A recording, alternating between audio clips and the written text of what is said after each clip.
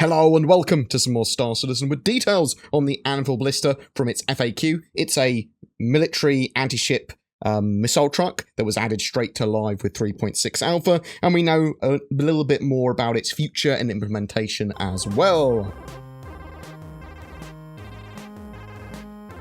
Will the ballista be able to bombard targets or fire over hills? Currently, all targets, whether air or ground, require both a high enough signature and line of sight for the ballista to be able to lock onto them. In the future, they're going to include out-of-sight targeting by transmitting data between ships or via some sort of forward operator control. This will enable players to hit targets without a direct line of sight from a much greater distance than is currently possible. But all missiles in-game currently require a target lock. They don't have any plans for missile free fire, so you wouldn't be able to bombard a target necessarily with the Anvil Ballista unless you had someone locking onto a target for you or that data in some way. But it may be something more suited to less smart ordnance that they may put into the game in the future. Now, all of this is very exciting because this leads me to think that there's going to be laser target painting, so you'd have people or vehicles on the ground literally targeting bases or defences or other vehicles so that ships could potentially bombard them, or that you know where these defences are, stuff like that. So lots of interesting gameplay when it comes to the combined arms, vehicles, infantry, ships, and all that sort of together. Are there going to be variants or modular changes for the ballista in the future? At this time, there is no future variants planned for production, although they have had lots of community suggestions. Also, on a bit of a side note, the rover that comes with the Anvil Carrack is actually an RSI Urza rover, not an Anvil rover, so bear that in mind. How will restocking ammo work for the ballista and other ground vehicles? Well, currently the ballista needs to be taken back to an outpost where it can be repaired and rearmed. In the future, dedicated rearming and repair vehicles, such as the Vulcan, can be used to support any ground vehicle, including the ballista. I'm hoping we actually see some ground vehicles as well to support other ground vehicles. What is the effective range of the ballista? At this time, its effective range is around 10,000 meters against most fighters. It has no way of passively locking on to ships beyond that range at the moment. However, the firing range doesn't have a cap technically, it's purely the systemic emissions of the target. So it will be even further on larger ships with high infrared or electromagnetic signatures. There will also be a cap technically on the distance of missiles being fired. So that will be the sort of like main cap there. And obviously we just talked about potential laser painting of targets so that you'll be able to find out where something is at longer range and be able to lock onto it. Which ships will be able to transport the ballista, and can we transport the ballista in other ways that aren't directly on board a ship? As it stands, there are only two ship series specifically designed to transport the ballista, the Idris and the Hercules. By transport, they mean it being able to get entirely inside the vehicle, properly secure, and get the doors closed. While not officially designed to carry the ballista, the 890 Jump's rear cargo ramp is large enough to take it. Ships equipped with a suitably powerful tractor beam can also move it as well, but that comes at a larger risk than having it secured internally. But the idea of it being able to actually be transported in the 3.6 branch in the 890 is actually pretty awesome. Weapon customization wise, there was an error on the stats page stating the small front turret was optional. I mean, I suppose it's optional in its use. In regard to customization of its missile turret, there are no plans to allow any modification to the turret loadout or to what type of turret it has equipped there. You will be able to change the loadout of the missiles themselves though, so you'll be able to change that out for other missiles and potentially torpedoes or whatever.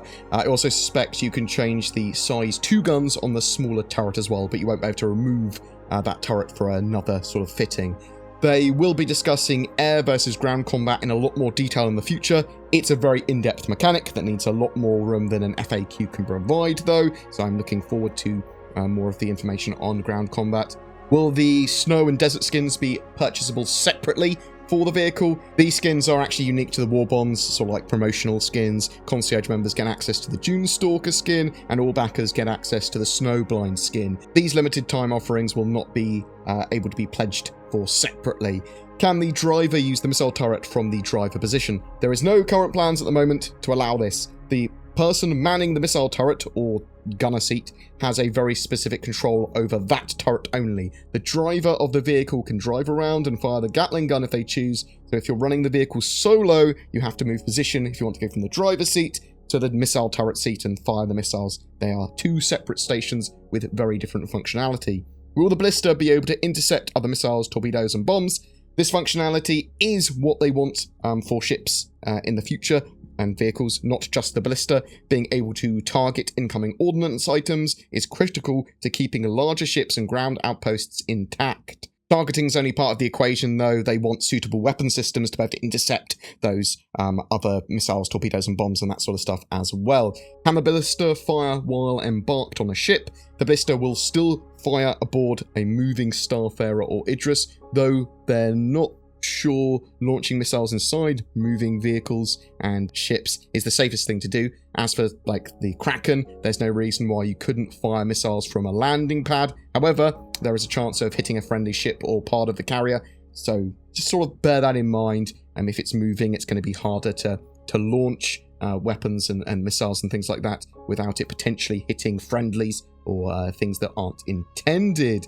And that's really it for the FAQ. I do like the blister. It's obviously got a bit more work to do.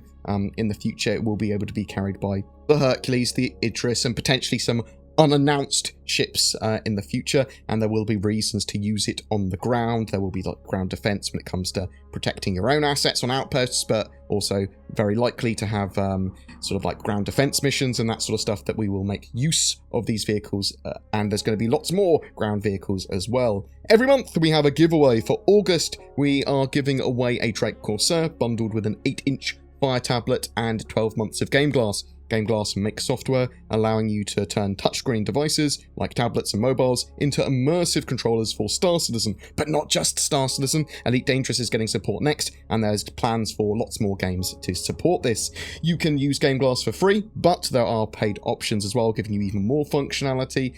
Please follow the links down below to get more info or to download. I'm still also shilling for NordVPN. If you're looking for a VPN, they are very cheap and have many benefits over free services. They help protect you and your privacy online, but it also makes it easier to access various websites as well. And there's Shadow 2, giving you remote access to a Windows 10 gaming PC of your very own, so that you can effectively turn any appropriate device, your smartphone, a computer, a laptop, whatever, into this much more beefy machine. Subscription cloud services, in my opinion, are the way forward, and for some are going to be very appealing instead of sort of maintaining their own PC. For all of those, please follow the links below or use the code BoredGamer to get a discount. A massive thank you for watching. Please consider liking and sharing this content, as well as pressing the bell icon to get informed when a video goes live. Consider Patreon or becoming a YouTube member too if you'd like to further support the channel. Thanks for watching, guys. Please take care, and I'll see you in the verse.